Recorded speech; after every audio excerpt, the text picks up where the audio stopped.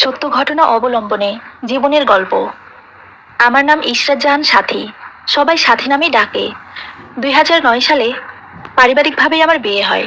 তখন আমি অনার্সে ভর্তি হয়েছি মাত্র। বিয়ের পরে ভালোই ছিল সব। শ্বশুরবাড়ির সবাই খুব ভালোবাসতো আমাকে।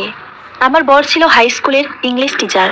আমাদের বাড়ি আর শ্বশুরবাড়ির দূরত্ব ছিল 10 কিলোর মতো। আমাদের বাড়ি থেকে আমার হাজবেন্ডের স্কুল কাছে ছিল, তাই বেশিরভাগ টাইমই আমি আমাদের বাড়িতে থাকতাম। আর বর স্কুল প্লাস টিউশনি করে রাত 10টার দিকে আমাদের বাড়িতে আসতো। ওই ইংলিশে খুব ভালো শিক্ষক ছিল। আমাদের বাড়ি একদম গ্রামে। এখানে ওর থেকে আর ভালো কোনো শিক্ষক ছিল না। বেশিরভাগ টাইম ও স্কুলে থাকতো। সব ঠিকঠাক ছিল। 2 বছর খুব ভালোই সংসার কাটলো। 2011-তে আমি প্রেগনেন্ট হই। শ্বশুরবাড়ি বাপের বাড়ির সবাই খুব খুশি। আমার হাজবেন্ডও খুব খুশি হন। 4 মাসে আমার প্রচুর ব্লাড যেতে শুরু করলো। ডক্টরের কাছে গেলাম, সে বেড টেস্ট দিল। চলে এলাম বাপের বাড়ি একেবারের জন্য। বেবি হওয়ার পরে যাব এই প্ল্যান করেই চলে গেলাম। আমাদের বাড়িতে আমি, আমার মা, ছোট ভাই। আর ছোট ভাই ক্লাস 10-এ পড়তো তখন। আর বড় ভাবি। এই নিয়ে আমাদের সংসার। আমার বাবা নাই। ছোট ভাই হওয়ার 3 বছর পরেই বাবা মারা যায়।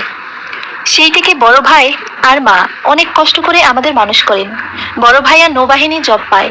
সেই থেকে আমার মায়ের কষ্ট ঘুচালো। মা বয়স্ক ছিল, তাই ভাবি বাড়িতেই থাকতো। ভাবি খুবই মিশুক ছিল, যে কোনো মানুষের সাথে খুব তাড়াতাড়ি মিশতে পারতো। আমি বেড রেস্ট যাওয়ার পরে স্বামীর সাথে ঘনিষ্ঠ হওয়ার নিষেধ ছিল। একেবারে কাছে যাওয়া যাবে না। বর এই নিয়ে প্রথম প্রথম একটা ঝামেলা করেছে, বাট তারপর লক্ষ্য করলাম সে ভালোই আছে। পাশে শুয়ে থাকলেও আমার দিকে তাকাচ্ছি না, আমার গায়ে হাতও লাগাচ্ছি না এমন।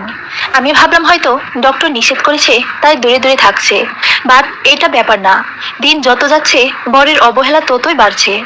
আগে রাতে বাসায় আসতো, আর এখন আসরের আজানের পরপরই বাসায় আসে। আর আমার ভাবির সাথে খুব একটা অন্যরকম সম্পর্ক। আগেও ভালো সম্পর্ক ছিল, যেহেতু ভাবি অনেক মিশুক ছিল তাই। বাট এখনকার রিলেশনটা চোখে পড়ার মতো। সন্দেহ করিনি কখনো, কারণ ভাবি অনেক ভালো মনের মানুষ ছিল এবং এতদিনে তার কোনো খারাপ কিছু চোখে পড়েনি। একদিন ভোর রাতে ঘুম ভেঙে যায়। উঠে দেখি বর পাশে নেই। আমিও ধীরে ধীরে উঠলাম। উঠে দেখি সিঁড়ির উপর বসে ফোন টিপছে। বলল ঘুম আসছিল না, তাই উঠে আসলাম। একদিন ওর গেঞ্জি খুঁজছিলাম, কোথাও পাচ্ছিলাম না। পরে ভাবি এনে দিল তার রুম থেকে। আমিও ভাবলাম হয়তো ভাবি কাপড় আনার সময় সব একসাথে এনেছে, তাই তার রুমেই ছিল। তারপর স্কুল থেকে বিভিন্ন সময় কিছু প্রয়োজন হলে ভাবির নাম্বারে কল দিত। ভাবি এসে আমাকে বলতো। আরেকদিন ভাবির নাম্বারে কল দিছে আমি সামনে, তাই ভাবি আমাকে ফোনটা দিল। আমি কথা বলতেছি আর ভাবি উঠে অন্য রুমে গেল।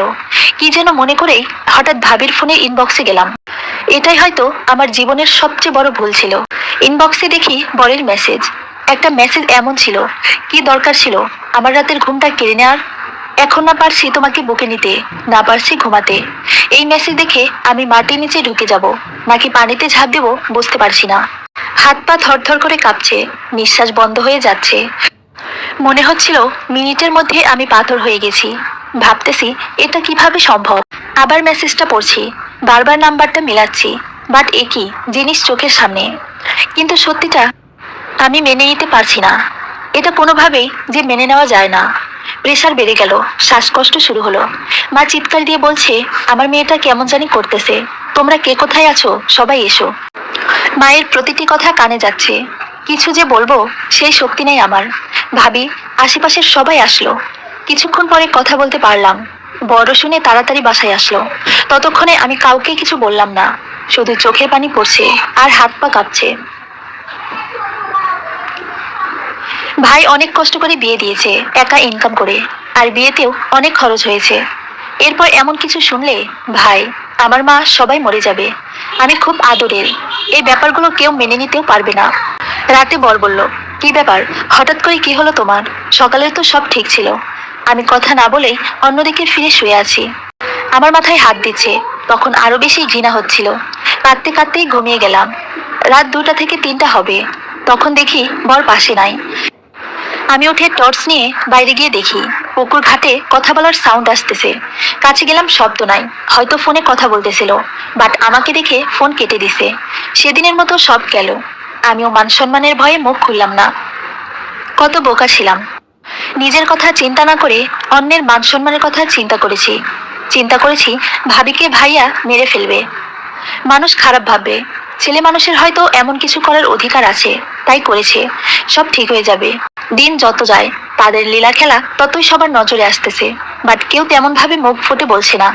এর মাঝে ভাবি বাপের বাড়ি যাবে, তো মা বলছে আমার ছোট ভাই তাকে দিয়ে আসবে, বাট ভাবি কিছুতেই মানছে না, তিনি একাই যাবেন।